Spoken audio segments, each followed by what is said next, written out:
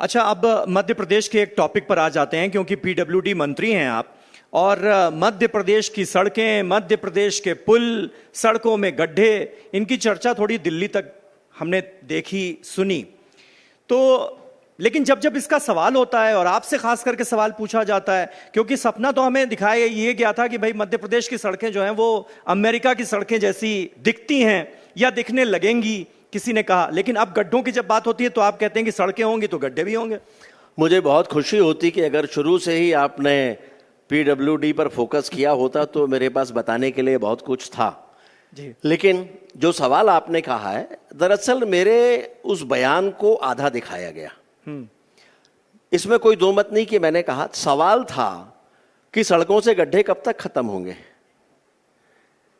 तो देश के जितने भी रिसर्च इंस्टीट्यूट हैं, आप किसी की भी रिपोर्ट बुलाकर देख लीजिए, सभी रिपोर्ट्स में यह मिलेगा कि सड़कों पर गड्ढे होना स्वाभाविक है। उसकी समय सीमा पूरी होने के बाद, समय सीमा के पहले गड्ढे होना अस्वाभाविक है और उस पर कार्रवाई होना चाहिए।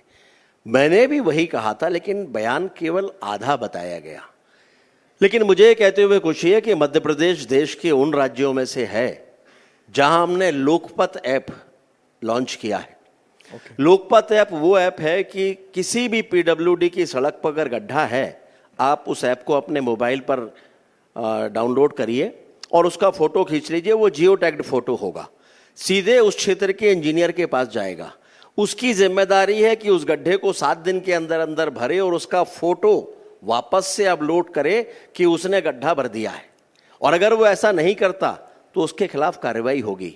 अब तो उसको बने हुए 8-10 महीने हो रहे हैं, केवल 5 महीने इस ऐप को बने हुए थे और कौन बनेगा करोड़पति में श्री अमिताभ बच्चन जी ने इसका उल्लेख किया था। तो ये जाहिर करता है कि ये ऐप कितना लोकप्रिय हुआ। 97% से ज्यादा सक्सेस रेट इसका अभी है और ये अपने आप में एक बड़ी चुनौती है। राजनीति के क्षेत्र में काम करने वाले लोग ऐसी चुनौतियां लेते नहीं हैं, लेकिन हमने उन चुनौतियों को इसलिए लिया कि हम विभाग को अधिक जिम्मेदार बनाना चाहते हैं, साथ में जनता की भागीदारी विभाग के साथ हो, तो उससे हमने उसको जोड़ा है। पुल की बात है, आपने पुलों का जिक्र, निश्चित रूप से 90 डिग्री पर आप आएंगे। मैं तो ये आपसे कहने वाला था कि लोकपथ जैसे ऐप आपने बनाया है, वैसे लोग पुल ऐप बनाने की जरूरत तो नहीं है जिसमें वो 90 डिग्री वाले पुल की लोग कंप्लेंट कर सके। पता नहीं, मुझे लगता है कि कई बार कोई परसेप्शन बन जाता है।